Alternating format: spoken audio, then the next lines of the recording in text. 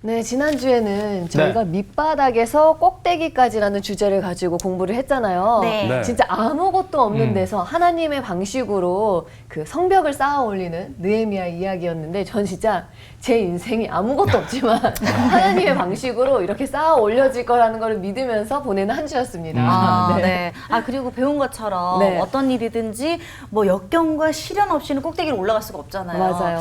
삶을 살면서도 어떤 역경이 오고 시련이 와도 말씀을 잘 붙들어야 되겠다 이런 생각이 들더라고요. 네, 그런 상황 속에서 누굴 찾느냐가 가장 중요한데 하나님을 저는 일주일 동안 찾으면서 네. 붙들면서 나갔습니다. 아니 이렇게 이야기를 들어보니까 네. 오늘 수업이 너무 기대가 돼요. 그렇죠. 그렇죠. 오늘 뭘 배울지. 맞습니다. 오늘 좋은 거의 거 배울 끝까지 거예요. 다 왔어요. 목사님 네. 오십니다. 네, 안녕하세요. 안녕하세요. 네, 반갑습니다. 네. 이렇게 밝은 얼굴로 다시 여러분들 뵙게 돼서 반갑습니다. 네. 오늘 보니까 두 분 학생의 위치가 좀 바뀐 것 같습니다. 네. 구석에서 나왔어요. 네. 이강준 학생이 이쪽에 앉아 계시다 저쪽으로 가셨는데 네. 혹시 옆에 계신 분하고 다툰 건 아니죠? 싸운 건 전혀. 아닙니다. 네. 변화를 주기 위해서. 변화를 주기 위해서. 네. 예. 저도 여기 앞에서 항상 익숙하게 봤던 분이 이제 다른 곳에 있기 때문에 더 잘생겨졌죠. 네? 여기에 앉아 있는 사람보다. 네, 굉장히 그거는 잘 힘드네요. 모르겠고 우리가 인생을 살 때 이렇게 편리하고 익숙한 것에만 안주하기 쉬운데 가끔 가다가 이렇게 자리를 바꾸는 것도 필요할 것 같습니다. 맞습니다. 네. 다음 시간 한번 바꿔볼까요? 바꿔볼까요? 다음에는 두 학생도 한번 바꾸면 더 좋을 것 같습니다. 아니 우리 여학생들이 맨 끄트머리에 앉아도 네. 좋지 않을까 싶어요. 뭐 거기에 앉아 있으리라고 하는 법은 없잖아요. 그렇죠. 네. 네. 자, 이제 우리 마침내 느헤미야 13장에 이제 우리 오게 됐습니다. 네. 이 느헤미야서는 13장까지 있거든요. 1장부터 13장까지 이렇게 오면서 잠시도 우리가 한눈을 팔 수 없게 만드는 책이 이 느헤미야서라고 하는 느헤미야죠. 책이거든요. 맞아요. 네. 이제 13장이 마칠 때까지 우리가 정신을 똑바로 차려야지만 그 전모를 다 파악할 수가 있습니다. 네. 오늘 수업 느헤미야 17강 인생의 마지막 한 바퀴. 오늘은 이제 13장 전체를 한번 살펴보고 네. 이제 맨 마지막 18강은 우리 느헤미야서 전체를 한번 총 정리하는 그런 좋습니다. 시간을 네. 가져보려고 합니다. 네. 자, 그러면 이 느헤미야 13장이라고 하는 이 부분은 12년 동안 예루살렘에서 1차 총독직을 수행한 다음에 네. 무슨 일이 있었는지는 모르지만 페르시아로 돌아갑니다. 느헤미야 13장 6절에 보게 되면 아닥사스다 왕 32년 때 예루살렘을 떠나서 페르시아로 돌아갔다는 이야기가 나오거든요. 네. 네. 여러분 혹시 기억하십니까? 느헤미야가 예루살렘 총독으로 부름받았을 때가 아닥사스다 임금 제위 몇 년 차였는지 기억나세요? 20년 차. 20년 차. 차. 그러니까 제위 20년 때 총독으로 부름을 받았다가 32년 때 예루살렘을 떠났으니까 12년 동안 네. 예루살렘의 총독으로 있었다는 이야기예요. 대개 이제 한 40살쯤 돼가지고 총독으로 이제 부름을 받는다고 하면 네. 느헤미야가 예루살렘 총독직을 마치고 페르시아 복귀했을 때 나이가 몇 살이었을 거예요, 같아요? 52세. 네. 40살쯤 부름을 받아가지고 12년 이제 총독직을 수행한 다음에 페르시아로 돌아가면 52세. 네. 그런 다음에 한 10년 정도, 되게 이제 학자들이 한 10년 정도를 이제 추정을 하는데 10년 정도 있다가 다시 예루살렘으로 돌아와요. 도대체 무슨 일로 예루살렘으로 돌아왔는지는 잘 모르겠어요. 호기심 때문에 왔는지 어떤 공부 때문에 왔는지는 모르지만 그러니까 40살에서 12년 52세 그 다음에 10년 정도 지나면 나이가 어느 정도 됐을 것 같아요. 62세요. 네. 우리 공희 씨가 산수를 제일 잘하시는 것 같습니다. 감사합니다. 그러니까 한 62세쯤 되었다고 하면은 옛날로서는 이 의학이 발달하지 않은 시대에는 62세 하면 아주 말년에 노인에 네. 속하는 그런 연령 아닙니까? 네. 네. 그 62세쯤 예루살렘에 돌아왔을 때 느헤미야가 목숨을 걸고 단행했던 모든 개혁이 눈에 띄게 퇴조하는 거예요. 전부 다 이게 흐물흐물해지고 그 옛날 가열차게 했던 그 개혁 정신이 다 땅바닥으로 떨어졌어요. 아이고. 그래서 이제 마지막으로 펼치는 개혁 프로젝트에 대한 이야기가 느헤미야 13장이에요. 자, 우리가 무슨 일을 할 때 젊었을 때나 늙었을 때나 초지일관, 일관성이라고 하는 게 너무 중요하죠. 중요하죠. 네. 젊었을 때 신앙생활을 잘했던 사람이 노년에 가가지고 신앙생활 잘 안 하고 어디론가 빠지는 경우가 있잖아요. 참 불행한 사태인데 네. 우리가 처음에는 잘못했다고 할지라도 끄트머리에 잘하는 거 그게 훨씬 더 나은 겁니다. 네. 느헤미야는 초지일관의 지도자다. 초지일관. 초지일관이라는 것이 무슨 뜻이에요? 처음과 끝이 그치. 똑같다. 흔들리지 일관되게. 않고 그쵸. 네. 쭉 굳건히. 처음 네. 먹었던 뜻이 끝까지 간다는 말이에요. 처음 품었던 그 아름다운 뜻이 이게 퇴색되지 않고 끝까지 최선을 다한다고 하는 그런 이야기입니다. 이제 맨 마지막 장인 느헤미야 13장을 우리가 읽어보게 되면 이 느헤미야라고 하는 사람은 참 아주 일관성이 있는 처음이나 나중이나 변함이 없는 사람이다. 이것을 우리가 알게 됩니다. 네. 이 디모데후서 4장 7절을 제가 화면에다가 이렇게 적어놨는데 우리 한번 다 같이 한번 읽어볼까요? 시작. 나는 선한 싸움을 싸우고 나의 달려갈 길을 마치고 믿음을 지켰으니. 이 사도 바울이 선한 싸움을 싸우고 달려갈 길을 끝까지 다 달려간 다음에 믿음을 지켰다고 하는 아름다운 고백을 하는데 네. 바로 이 말씀이 느헤미야에게 해당되는 말씀이 아닌가 싶습니다. 자, 그러면 12년 동안 총독 생활을 마친 다음에 무슨 일인지를 모르지만 페르시아로 복귀했던 느헤미야가 한 10년 정도 세월이 지난 다음에 예루살렘으로 돌아와요. 그랬더니 예루살렘에는 4가지 문제가 발생했다는 것을 깨닫게 됐습니다. 네. 정말 천신만고 끝에 아이고. 간신히 성벽을 다시 쌓았고 또 인구 재배치를 하고 어떤 국가의 꼴을 갖추고 영적 대각성 운동이 일어나고 이 성벽 봉헌식 했던 그 아주 놀라운 이야기 우리 다 들었죠? 네. 다 성벽 위에 올라가서 보란 듯이 온 천하에 새로운 이스라엘을 선포했는데 네. 10년 만에 돌아와 봤더니 그 옛날 사람들의 모습이 아니라는 거예요. 그래서 이제 4가지 어떤 개혁 과제가 느헤미야에게 주어집니다. 첫째는 성전 모독 사태. 아이고. 성전이라고 하는 거는 단순히 건물이 아니라 이스라엘 민족의 민족 혼이 거기에 서려 있잖아요. 네. 그렇죠. 하나님이 뽑아주신 백성이라고 하는 의식이 성전에 집약되어 있고 또 성전은 모든 이스라엘 백성을 하나로 통합시키는 상징 역할을 하거든요. 네. 그런데 도비야라고 하는 이름 들어보셨죠? 아, 네. 그 원수 아주 아직 살아있네요. 예. 아직 살아있는 것 같습니다. 여우 한 마리가 올라가도 무너질 그 취약한 성벽을 쌓는단 말이냐? 이렇게 비웃었던 도미야가 이 대제사장하고 결탁을 해가지고 성전까지 치고 들어와서 성전 안에 안방에 밀고 들어왔어요. 아이고. 어떻게 저렇게 계속 어떻게 못될 그런 수가 일이 있지? 있을 수 있습니까? 진짜. 이건 네. 성전 모독 사태인데 네. 느헤미야가 이것을 과감하게 혁파를 해요. 와. 그 사람들을 다 쫓아내고 성전을 정화시키는 일을 합니다. 네. 두 번째 개혁 과제는 뭐누 하니 이 11조라고 하는 거는 어떤 법률적으로 강제할 수 있는 게 아니잖아요. 네. 어떤 종교적인 그런 문제이기 때문에 억지로 받아낼 수 있는 건 아니죠. 이제 이스라엘 민족 가운데 레위 지파 사람들 또 찬양 대원들 이 성전 관리하는 사람들이 11조를 받아가지고 생계 유지를 하는데 가뜩이나 생활이 어렵다 보니까 사람들이 11조를 하지 않는 거예요. 아. 그러니까 이 레위인들이 생계 유지가 안 됩니다. 네.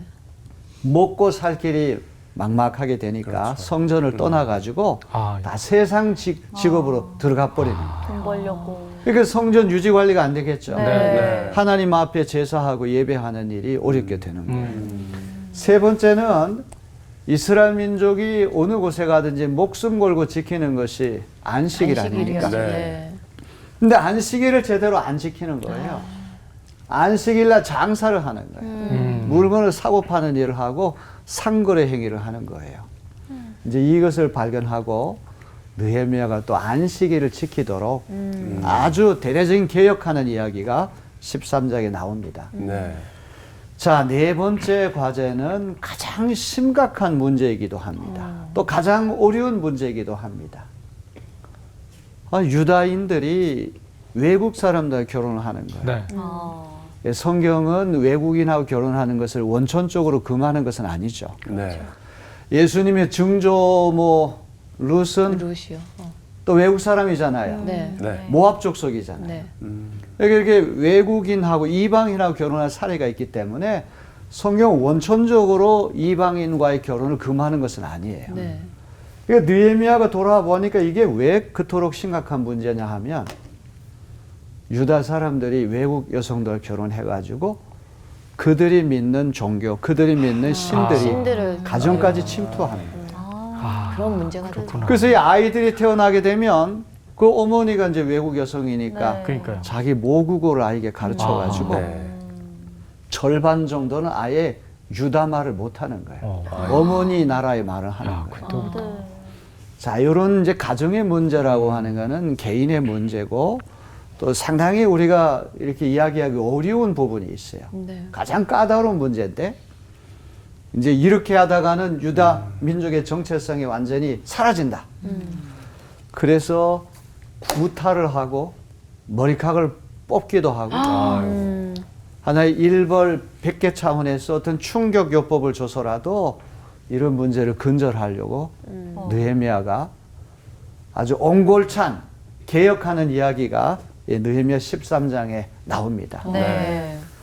자, 그래서 이 13장이라고 하는 것까지 끝까지 우리가 잘 봐야 돼요. 네. 이제 12장까지 하면 됐지 이게 아니라 맨 마지막이 그렇네요. 오히려 훨씬 더 중요해요. 네. 야, 늙었을 때 말년의 느헤미야는 어떤 모습으로 과연 우리에게 비춰질까? 자, 우리 개혁이 4대 개혁을 우리가 얘기했는데 하나하나씩 우리가 한번 살펴보는 시간이 됐으면 합니다. 네. 네. 자, 제1개혁은 이 도비야라고 하는 원수를 축출해서 성전을 정화하는 이야기예요. 네. 자, 이 도비야라고 하는 사람은 암몬 사람이고 네. 사마리아 총독인 산발랏의 부하거든요. 네. 네. 이 사마리아 한 지방의 관리쯤 되는 사람이었는데 이제 이 느헤미야 주적 3인 가운데 한 사람이죠. 네. 그렇죠? 도비야 우리가 많이 들어본 이름. 많이 네. 들었죠. 네. 근데 이 사람이 대제사장 엘리아십과 결탁을 하는 거예요. 그래서 성전 안방까지 치고 들어오는 거예요. 네. 네. 이제 그런 이야기를 이제 우리가 보게 됩니다. 자, 이 도비야라고 하는 사람은 사마리아 총독 산발랏 수하의 한 지방 관리에 불과했어요. 우리 아마 다 기억날 것입니다. 느헤미야 4장 3절에서 느헤미야가 성벽 쌓는다는 얘기를 듣고는 여우 한 마리 올라가도 무너질 네. 그런 취약한 성벽 쌓느냐고 마구 조롱을 퍼붓던 네. 사람이 네. 도비야라고 하는 사람. 제일 얄미운 사람 중에 한 사람이었어요. 그러니까 셋 중에서 제일 못된 것 네. 같은데요. 참 초질관이에요, 저분. 그러네요. 대단해. 나쁜 의미의 초지일관을 보이는 사람이 두 명인데 그러네요. 느헤미야 13장까지 우리 인명을 쭉 한번 살펴보게 되면 산발랏이라고 한 사람 이름은 10번 나오고 도비야라고 한 사람 이름은 17번이 그러니까 나오거든요. 많이 약 두 나오더라고요. 배네요. 그러니까 이름이 이렇게 더 많이 나온다고 하는 거는 아주 고약하게 느헤미야를 끝까지 괴롭히는 괴롭혔던 거죠. 네. 주적 중에 주적이 도비야다. 네. 이걸 알 수가 있어요. 또 너무나 흥미로운 거는 산발랏보다 도비야가 밑에 있거든요. 네. 네. 산발랏의 부하가 도비야인데 어느 순간부터는 산발랏이란 이름보다도 도비야라는 이름이 먼저 나와요. 그 이야기는 세력이 산발랏보다 더 커졌다고 하는 이야기도 될 수 있고 그럴 수 있겠네요. 또 느헤미야 개혁 프로젝트를 괴롭히는 진짜 적 중의 적중이 도비야다. 네. 어떤 그런 의미에서 산발랏보다 도비야 이름이 먼저 왔다고 할 수 있습니다. 네. 자, 이 도비야라고 한 사람은 정치적인 수완이 아주 뛰어난 사람이에요. 네. 그래서 유다의 최고 종교 지도자 이 대제사장인 엘리아십에게까지 마술을 뻗치는 거예요. 어떻게 그럴 수 있지? 그래서 이제 가장 이제 불길한 것이 이 종교하고 정치가 결탁하는 거. 상당히 이게 잘못된 방향으로 갈 수 있거든요. 네. 이 종교와 정치가 결탁하게 되면 이 파괴력이라고 하는 게 상당히 무서워요. 엘리아십이라고 하는 사람은 대제사장이니까 오늘 우리 한국 교계로 얘기를 한다면 총회장이나 네. 감독회장이나 네. 어떤 교단의 수장 역할을 하는 사람인데 네. 그런 사람이 원수하고 결탁해가지고 어떻게 그렇게 어떻게 그랬지? 어떻게 꼬셨을까? 그러니까 싶죠. 성전 안방을 예. 보란 듯이 그 원수에게 내어줬다고 하는 것은 참 기가 막힌 일이 아닐 수가 네. 없어요. 네. 자, 요 도비야라고 한 사람을 한번 우리가 잠깐 좀 살펴보는 시간 됐으면 좋겠어요. 이 느헤미야 6장 18절, 우리 19절 말씀을 한번 다 같이 읽어볼까요? 화면 보고 시작. 도비야는 아라의 아들인 스가냐의 사위인데다가 도비야의 아들 여호하난도 베레기야의 아들인 무술람의 딸과 결혼하였으므로 유다에는 그와 동맹을 맺은 사람들이 많았다. 그들은 내 앞에서도 서슴없이 도비야를 칭찬하고 내가 하는 말이 무엇이든지 다 그에게 일러바쳤다. 그래서 도비야는 나에게 협박 편지를 여러 통 보내서 위협하였다. 자, 이 도비야는 암몬 사람이고 어떤 유다 민족을 괴롭히는 원수인데 유다인 딸하고 결혼했다는 거예요. 그러니까 이스라엘 사람 결혼한 거예요. 심지어 자기 아들까지도 유다 사람과 결혼시켰어요. 이런 척혼 관계. 야, 전략이 있었네요. 예, 이런 또 혼인 관계를 통해 가지고 유다 사람들하고 밀착이 돼 가지고 여러 가지 경제적 이득을 챙기는 사람. 각종 이권을 챙기는 사람이에요. 그래서 우리가 읽은 여기 말씀에 보게 되면 유다인들이 느헤미야 앞에서도 서슴없이 도비야를 칭찬하는 거예요. 이미 도비야에게 넘어간 매수된 사람들이 버렸으니까. 그만큼 많다는 얘기예요. 심지어 느헤미야가 하는 중요한 말을 듣고서는 몰래 갖다 일러 바치는 사람까지 있었다. 밀통하는 밀정까지 밀정이에요, 밀정. 생겼다. 이야. 이게 도비야가 얼마나 정치력이 뛰어난 사람인가를 보여주는 것이죠. 뭔가 저희 일제시대 때 상황을 보는 느낌이 그러니까요. 드네요. 그렇습니다. 앞자리 일제 시대 같은 때 우리 상황을 마치 보는 것과 같이 그런 느낌이 들거든요. 자, 이제 도비야가 그렇다면 이제 대제사장 엘리야십은 또 어떤 사람이냐? 그러니까요. 네.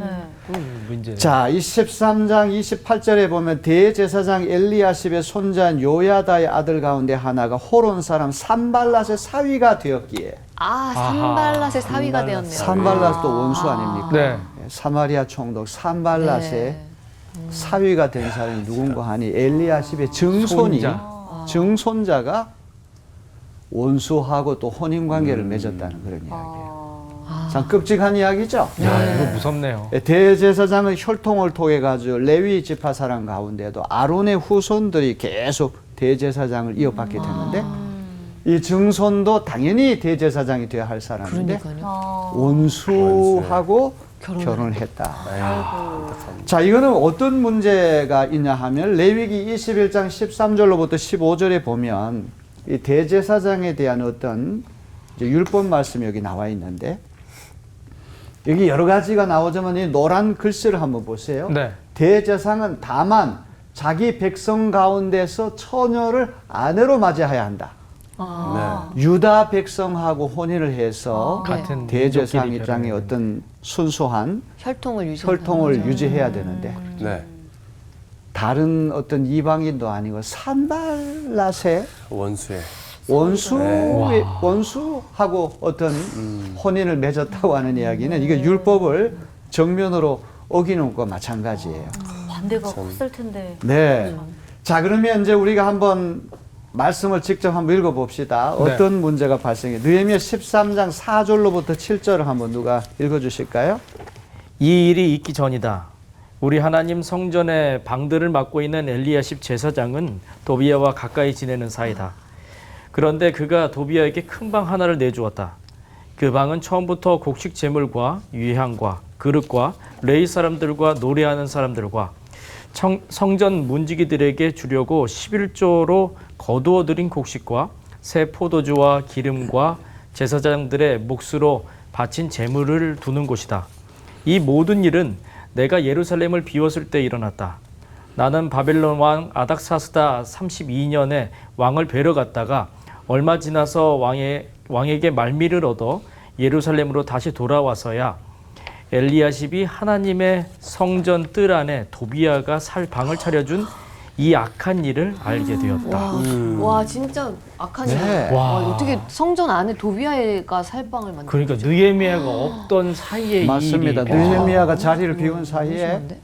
대제사장이라고 하면 목숨을 걸고 지켜야죠. 지켜야죠. 종교의 어떤 순수성을 지켜야 할 사람이 도비하고 결탁을 해가지고 성전 안방을 원수에게 내줬다. 말도 안 돼요. 와. 그 성전 안방은 백성들이 바친 성물, 거룩한 어떤 그렇죠. 예물들, 곡식 제물, 유향 그릇, 레위인들을 비롯한 성전 봉사들에게 주기 위한 11조 곡식, 포도주 이거를 보관하는 거룩한 장소인데 아주 중요한 진짜. 공간이었어요. 도비야에게 중요한 매수된 제사장 엘리야십이 사명과 본분을 망각하고 그 거룩한 자리를 원수들에게 내어줬다. 와, 이건 진짜 이거 상당히 심각한 문제죠. 네. 이게 문제가 큰데요. 아, 도비야도 근데 살 곳이 없었나 봐요. 왜 굳이 그렇게 성전까지 들어와서? 반대하던 그 도비야는 거기까지 살 곳이 없었던 것이 아니라 살 곳이 너무 많죠. 돈이 많으니까. 유다 사람하고 이렇게 결탁해가지고 와. 각종 경제적인 이권을 누리고 있었기 때문에 네. 수많은 곳에다가 뭐 별장도 짓고 빌딩도 많이 갖고 그랬을 터인데 네. 굳이 왜 들어와서 굳이 그러니까. 성전 안방까지 치고 들어온 이유는 뭐냐? 네. 성전 예배가 무너져야 야. 인간의 아, 전체가 진짜 무너져. 못됐다. 이게 진짜 사탄이고. 와, 진짜 진짜 뼛속까지 사탄이다. 악당이네요. 악마다. 성전을 세속화시키고 성전의 기능을 이게 상실하게 만들어야지만 와, 진짜 자기들이 누리는 기득권을 계속 유지할 수가 있고 유다 민족이 무너져야지만 자기들이 좋으니까 성전 안방까지 이거는 치고 진짜 들어왔다는 나쁜 거예요. 사람이다. 천재적이다. 자, 우리 느헤미야 13장 8절로부터 9절 느헤미야가 화가 나가지고 어떤 네. 개혁을 네. 단행했는지 다 같이 한번 읽어볼까요? 시작. 나는 몹시 화가 나서 도비야가 쓰는 방의 세라를 다 바깥으로 내던지고 말하였다. 그 방을 깨끗하게 치운 다음에 하나님의 성전 그릇들과 곡식 제물과 유향을 다시 그리로 들여다 놓아라. 여기 앞에 보면 느헤미야가 몹시 화가 났다. 진짜 많이 화가 진짜 났다. 격분했다. 화가 이게 났어. 거룩한 분노죠. 네. 예수님도 만민이 기도하는 하나님의 성전이 성전. 장사하는 분들이 거기 들어가 있고 환전상 돈 바꾸는 사람 들어가 있으니까 노끈으로 채찍을 만들어 가지고 이 성전을 정화시키는 아주 유명한 이야기 네. 나오잖아요. 네. 즉 그 이야기가 연상이 됩니다. 네. 진짜 상상이 사실 이런 거는 정치 지도자가 할 문제가 아니라 종교지도자. 종교인들, 네. 그렇죠. 대제사장. 대제사장인 엘리 아십이 아십이 행해야 해야 할 되는 그런 일이죠. 개혁인데 이런 느헤미야가 이 일을 한다고 하는 것이 그 사회가 얼마나 어렵게 됐는가를 보여주는 진짜 거죠. 많이 부패가 네. 됐네요. 네, 정말로. 혼탁해졌네요. 자, 이제 2차 개혁으로 넘어갑니다. 2차 개혁은 11조 회복을 통한 성전 정상화. 여기 도비야가 안방처럼 써온 성전방. 네. 레위인들이나 제사장들에게 줄 11조 헌물, 그 보관하는 거룩한 장소거든요. 도비야가 이 성소에 둥지를 틀었다고 하는 것은 종교 지도자들, 레위인들, 노래하는 찬양대원들, 제사장들 이런 사람들이 재구실 못하게 만들려고 그렇게 한 것이거든요.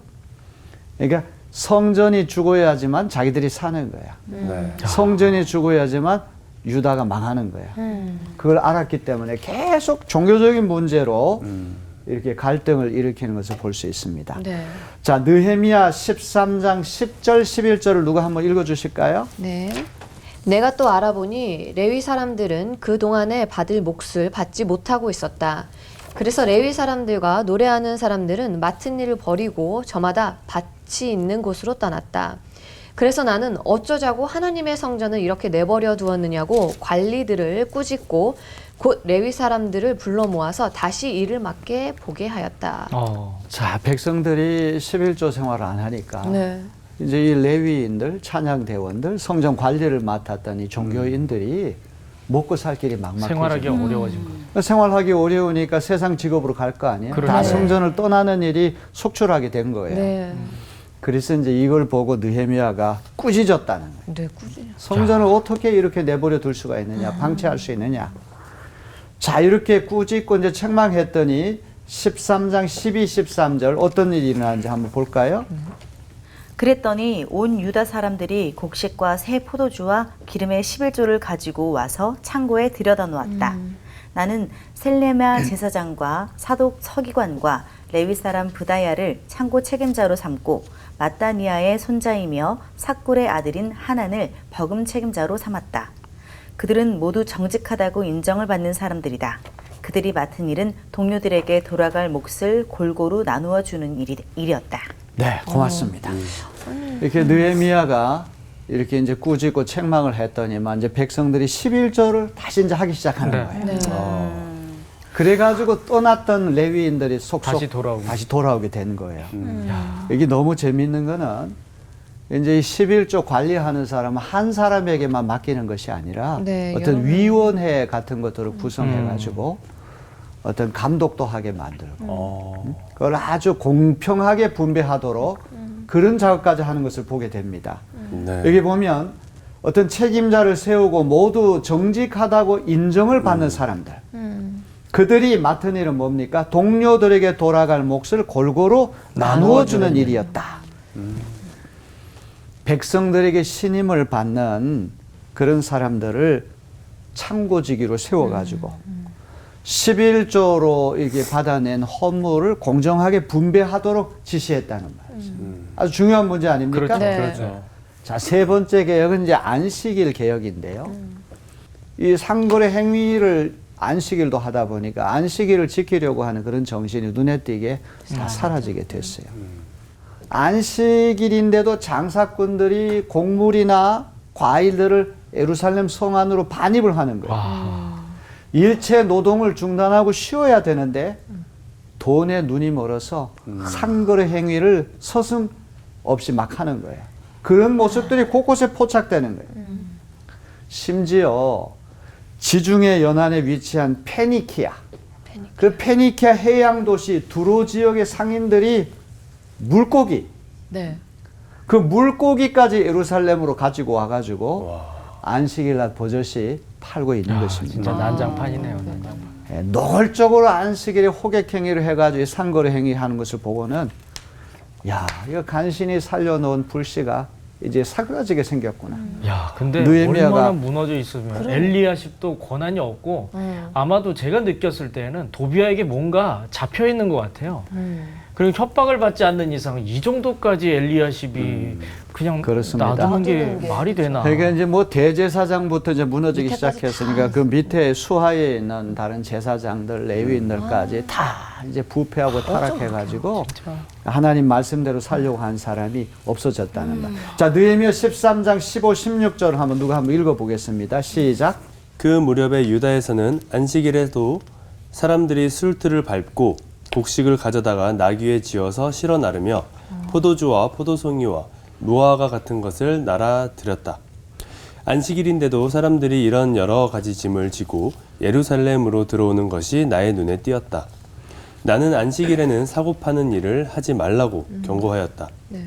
예루살렘에는 두로 사람도 살고 있었는데 그들은 안식일에 물고기와 갖가지 물건을 예루살렘으로 들여다가 유다 백성에게 팔았다. 안식일에 사고 파는 행위 하지 말라, 상거래 행위 하지 말라, 호객 행위 하지 말라 이게 경고했는데 조금 전에 말씀 페니키아 해양 도시 이 두로 지역에 사는 상인들까지 물고기하고 각종 물건들을 예루살렘 반입해가 유다 백성에 팔았다는 얘기거든요. 네. 자, 느헤미야가 어떤 개혁 조치를 단행하는지 17절, 18절을 누가 읽어보실까요? 네. 그래서 나는 유다의 귀족들을 꾸짖었다. 안식일을 이렇게 더럽히다니 어쩌자고 이런 나쁜 일을 저지르는 거요. 당신들의 조상도 똑같은 일을 하다가 우리와 우리 도성이 모두 하나님의 재앙을 받지 않았어. 당신들이야말로 안식일을 더럽혀서 하나님이 이스라엘 위에 진노를 내리시도록 하는 장본인들이요. 자, 여기 보면 유다의 귀족들부터 먼저 꾸짖잖아요. 이제 윗물이 맑아야 아랫물이 그렇죠. 맑은데 이 종교인들 또 이런 귀족 계급부터 안식일날 이런 행위를 서슴없이 하니까 그들부터 책망하는 거예요. 자, 그러면서 이제 구체적으로 느헤미야가 어떤 개혁을 단행하는지 19절을 한번 누가 읽어보실까요? 네. 나는 안식일이 되기 전날은 해걸음에 예루살렘 성문의 그림자가 드리우면 성문들을 닫도록 하고 안식일이 지나기까지 문을 열지 못하게 하였다. 나는 또 나를 돕는 젊은이들을 성문마다 세워서 안식일에는 아무것도 드리지 못하게 하였다.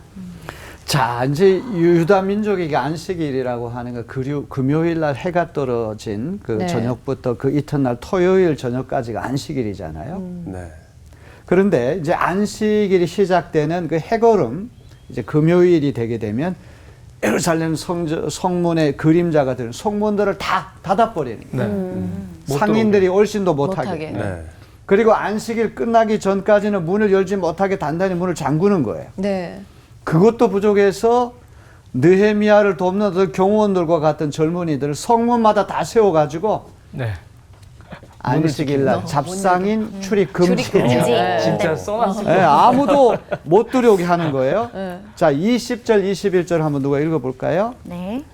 그 뒤로도 장사하는 이들과 갖가지 물건을 파는 상인들이 예루살렘 성 밖에서 자는 일이 한두 번 있었다. 나는 그들도 꾸짖었다. 어찌하여 당신들은 성 밑에서 잠을 자고 있소? 다시 한 번만 더 그렇게 하면 잡아드리겠소. 그랬더니 그 다음부터 안식일에는 그들이 한 번도 나타나지 않았다. 저 이 또 말씀 성 밑에서 읽으면서 좀 웃음이 이렇게 나오는데요. 그 장사하는 사람들이 느헤미야가 어떤 반응을 보이는지 응수타지를 한번 해봐요. 네. 이게 계속 막는데도 물건 파는 상인들이 예루살렘 성 바깥에서 이렇게 잠을 자는 거예요. 그러니까요. 이렇게 하면 한번 봐주지 않을까? 어떻게 단속 하나 안 하나? 와. 한두 번 정도 이렇게 한번 응수타지, 느헤미야가 어떤 모습을 그렇죠. 보이는지. 그러니까 느헤미야가 단호하게 꾸짖습니다. 당신들은 성 밑에 잠을 자고 있어? 다시 한 번만 더 그렇게 하면 다 모조리 다 잡아드리겠어. 체포하겠어. 감옥에 집어넣겠어. 네. 그랬더니 그 다음 안식일에는 그들이 한 번도 나타나지 않았다. 않았다는 거죠. 이제 이 상인들이 완전히 다 이제 쫓겨나가는 근절되는 그런 일이 일어났다는 거예요. 네. 자, 여기 이제 안식일 개혁을 보면 첫째는 경고하고 두 번째는 책망하고 세 번은 구체적인 행동을 계시하는 거예요. 네. 네. 느헤미야가 아주 일관되게 이런 리더십을 보이거든요. 먼저 행동부터 먼저 하지 않고 경고하고 책망하고 그러나 구체적인 행동을 보여주는 거예요. 단계가 있어요, 항상. 네. 자, 이제 네 번째 개혁이라고 하는 거는 제일 어려운 문제예요. 남의 그렇죠. 가정사까지 그렇죠. 이렇게 우리가 들어가서 뭘 한다고 하는 너무 어려운 일이거든요. 그렇죠. 가장 손대기 어려운 가정개혁을 단행했다는 것. 이방 여인들과의 통혼으로 간신히 되살려 놓은 민족 정체성이 이제 위기에 빠지게 된 거예요. 이제 외국 여성들과 결혼을 하게 되면 그 여성들이 자기들이 믿던 종교, 잡신들을 다 가지고 네. 우상을 그렇죠. 다 가지고 오는 거예요. 그러니까 아빠는 밖에 나가서 일을 하다 보니까 엄마하고 있는 시간이 많잖아요. 자녀들이. 그렇죠. 그러니까 자기 나라 말을 자꾸 가르치는 거예요. 그러니까 유다 그 자손들 가운데 절반 정도는 히브리 말을 못하는 거야. 자기 엄마 나라 말을 쓰는 거예요. 자, 이제 이 문제는 이제 이런 현상이 가속화되게 되면 느헤미야가 목숨 걸고 추진해온 유다 민족의 정체성 회복, 이건 다 끝장나고 네. 마는 네. 것입니다. 이게 이 유다인들이 이방인들과의 통혼이 너무나 흔한 풍속이 돼버린 거예요. 그런데 한 집걸로 많은 사람들이 다 이와 같은 결혼 생활을 유지하고 있는 거예요. 자, 이러다가는 이제 우리 민족은 유다 민족의 정체성 완전 상실하겠다. 네. 13장 23, 24절 한번 읽어보겠습니다. 네. 그때 내가 또 보니 유다 남자들이 아스돗과 암몬과 모압의 여자들을 데려와서 아내로 삼았는데 그들 사이에서 태어난 아이들의 절반이 아스돗 말이나 다른 나라 말을 하면서도 유다 말은 못하였다. 그 어떤 이방 여성하고 결혼한 그 유다 민족의 자손의 절반이 엄마 나라 말은 하는데 유다 말은 못하는 거예요. 아하. 자기가 그야말로 이제 민족의 어떤 정체성이 땅바닥에 떨어질 위기에 처해 있거든요. 그랬더니 느헤미야가 어떻게 합니까? 느헤미야 13장 25절에 보게 되면 나는 그 아버지들을 나무라고 저주받을 것이라고 하면서 야단을 치고 그들 가운데 몇몇을 때리기도 하였으며 와. 머리털을 뽑기까지도 하였다. 와. 때리고 머리털 뽑아. 구타했다는 거. 엄청 폭력을 화가 난다. 행사하는 네. 거. 폭력 행사는 안 그러니까. 되는데. 머리털을 뽑았다고 하는 말은 네. 굉장히 굴욕적인 거예요. 수치심을 주는 것이죠. 이 중동 지역에서 머리카락을 뽑는다는 얘기는 아주 공개적인 굴욕감을 주는 것이거든요. 일벌 100개 차원에서 충격 요법을 주어서라도 이 사안이 얼마나 심각한가를 느헤미야가 보여주려고 하는 거예요. 자, 먼저 유다 말을 못하는 아버지들을 불러 꾸짖습니다. 네. 저주받을 것이라고 강도를 높여도 심하게 야단을 칩니다. 그것도 모자라니까 모든 사람 지켜보는 가운데 구타를 하는 거예요. 야. 이게 매질을 했다는 것인지 주먹으로 때렸다는 것인지 잘 모르겠어요. 매를 때렸다는 것이 주먹으로 구타했다는 것이 모르겠고 머리카락을 뽑는 행위, 상당히 굴욕감을 주는 네. 행위인데 네. 이렇게 해서라도 지금 이렇게 나가던 우리 민족이 다 망합니다. 오랫동안 나라를 잃고 포로 생활하던 우리가 간신히 예루살렘에 돌아와가지고 성벽을 재건하고 이제 국가 꼴을 갖추었는데 내가 자리 비운 사이 그 사이에 이런 일이 난다면 앞으로 이 민족의 운명이 어떻게 될 것이냐. 일벌 100개 차원에서 유다 말을 전혀 못한 채 언어고 신앙이고 모조리 다 잃어버린 뒤 완전히 이방 문화에 동화된 사람들 몇몇 골라가지고 공개적인 굴욕감을 진짜 주는 것이죠. 본보기를 보였네 확실하게. 네. 자, 이제 우리 개혁을 다시 한번 정리를 해봅니다. 이제 4대 개혁 꼭 잊지 마세요. 네. 도비야를 비롯한 적대 세력을 축출함을 이루어 성전 정화. 네. 네. 그다음 레위인들이 11조가 이제 현격하게 없어지니까 이제 세상 직업으로 가잖아요. 네. 11조 회복을 통해 성전을 정상화하는 네. 네. 성전에서 일할 사람들을 속속 다시 불러들이는 거죠. 네. 세 번째는 안식일에도 사고 파는 어떤 이윤을 남기기 위한 어떤 장사하는 이들을 다 축출하고 안식일 준수를 회복시키는 거예요. 네. 그다음 가장 어려운 가정개혁. 네. 이방인들과의 통혼 금지를 통한 가정을 회복시키는 일을 하는 거예요. 네. 자, 이제 이 느헤미야가 1차 총독직을 한 12년 수행하다가 아닥사스다 왕 제위 이제 32년 차에 잠깐 예루살렘을 떠나거든요. 네.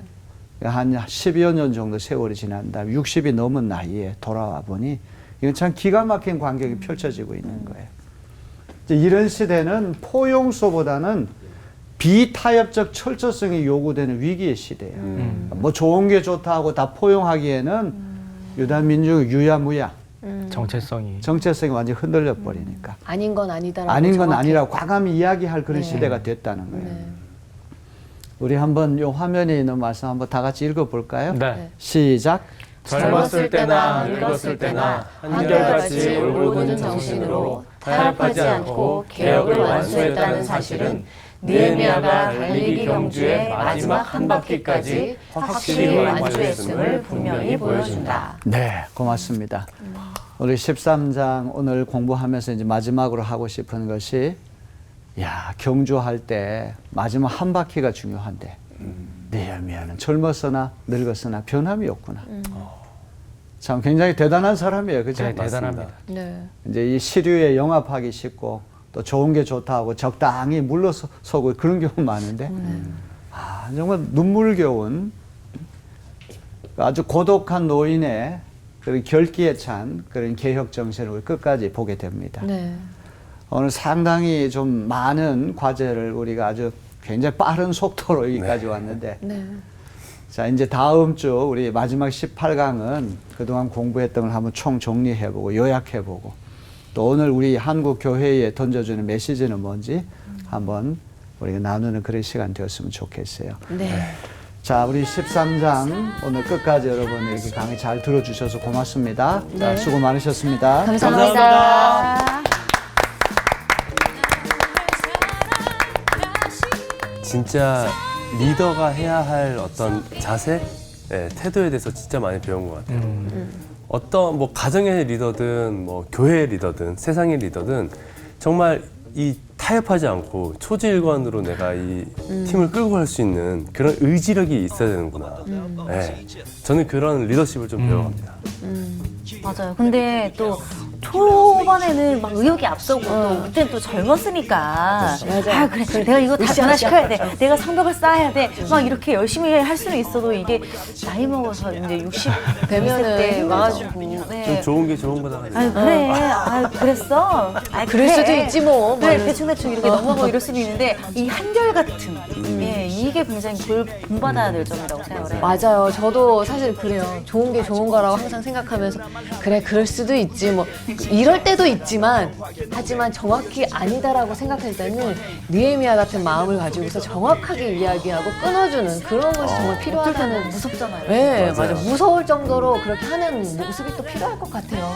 결국에 이 내용을 보면서 인간은 인간이다. 끝없이 악을 향해서 달려가는 그 인간을 보면서 결국에는 어떤 분을 중심으로 두고 계속 살아가야 될지 인생의 가장 큰 교훈을 얻게 됐습니다. 하나님을 일주일 동안 더욱더 중심에 품고서 느헤미야가 가졌던 그 정체성을 살리기 위한 정신 우리도 꼭 가졌으면 좋겠습니다. 맞습니다.